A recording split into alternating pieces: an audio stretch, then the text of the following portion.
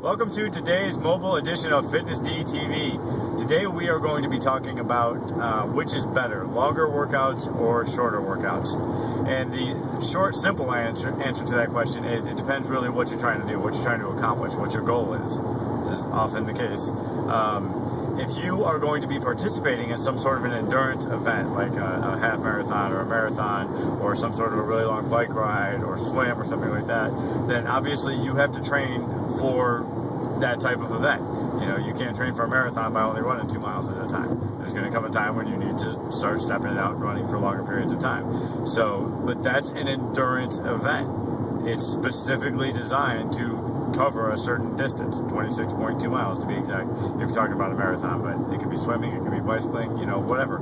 If whatever you're training for, if the activity that you're going to be tested on is an endurance activity, then you should train for endurance most of the time. But your average person isn't training for a sporting event. They just want to stay in shape, they want to lose body fat, whatever it is. And for those people, endurance training should be the exception rather than the rule. And I say that because you shouldn't just do endurance training or just do shorter, intense workouts. Neither one of them is the end-all, be-all. Okay, you have got to modify your exercise program on a regular basis in order to get the most out of it. But if, again, unless you're training for an endurance-specific event, there's no reason to dedicate that much time to your exercise program. And who isn't short on time? Even people who are training for endurance events are short on time. They're shorter on time than the rest of us because they have to exercise even longer than we do. Okay, so don't do endurance training on a regular basis if your primary goal is weight loss or just general fitness, because you just don't need to. Okay, here's the rub though, and this is the important part, and this is what messes most people up. If you're going to do shorter, more intense workouts, the second part of that is intense workouts. Okay, if I'm going to say do shorter workouts, that doesn't mean barely get your heart rate up for a half an hour and say, I'm doing a better job than that guy who's running 2 hours for training for a marathon. Okay, short, intense workouts means just that, intense workouts. The whole workout, you should be like, oh my God, this is hard. When is this going to be over? Okay, if you're not saying that, maybe not actually saying that in your head, but if you're not working out intensely enough to justify saying that, then you're not working out intensely enough to justify only doing a short workout.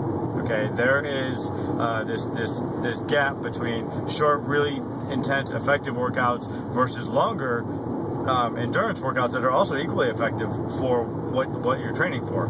Okay, and in the middle is where you need to be, which is shorter workouts that are intense enough to get the job done, but not so intense that you can't work out long enough to make it effective. You know, if you're just jumping around like a madman for 5 minutes and you're totally wiped out, well, that's great. You certainly burn a lot of calories in those 5 minutes, but that's only 5 minutes. Okay, when I'm talking about short workouts, I'm talking about 30 to 45 minutes of all-out intensity. Everything you can do, give it everything you've got that entire time. Okay, and there's a whole bunch of physiological reasons why this is more effective, and I'm not going to get into all that because these videos are supposed to be short and informative, but trust me that if you're working out intensely enough to get the job done and you're doing it for 30 to 45 minutes, you are going to get the body fat loss that you're looking for, and you're going to get the muscle tone that you're looking for and the fit look that you're looking for. And of course, as always with exercise, this assumes that you're eating as you need to, which is a completely different subject. But if you're exercising properly and you're eating properly, then you're going to get this effect in 30 to 45 minute workouts. If you are not eating properly, which is most people, at least not 100% properly, then you can offset some of that, just some of it, by exercising longer. Okay, and I'm going to use myself as an example, as I always do. I don't eat perfectly. Okay, I eat very well, but I do not eat perfectly. Sometimes I eat more calories at a sitting than I'm supposed to. Sometimes I eat food that I'm not supposed to. Sometimes I drink alcohol. You know, sometimes I just do things that are not on that picture perfect list of things to do if you're trying to lose weight or stay in shape. Okay, so what I personally do to offset that is I work out for longer. My workouts, whenever I have time, are an hour long, unless I'm doing like a 6 or 7 mile run, in which case it's still only just over an hour for me personally. But I rarely work out for more than an hour and 15 minutes, and I never work out for less than 35 minutes at the absolute minimum. And if I only have time to do a 35-minute workout, I am rocking that workout. I am everything I can for that whole 35 minutes.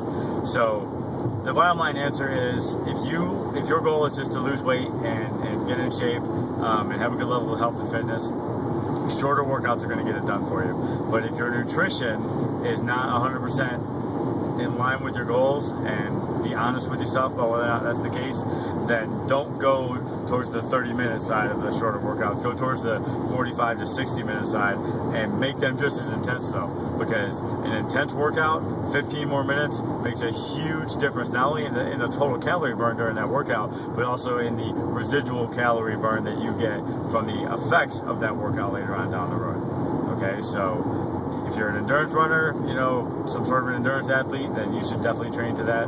But if you're just trying to lose weight, trying to get in shape, trying to look good in a bikini or a bathing suit, 30 minutes absolute minimum, 60 minutes maximum, really, really, really, really intense the whole time. And the cleaner your nutrition is, the shorter your workouts can be. All right, that's it. Pretty simple. Calories in, calories out. All right, that's it for this edition of Fitness D TV. We will see you next time.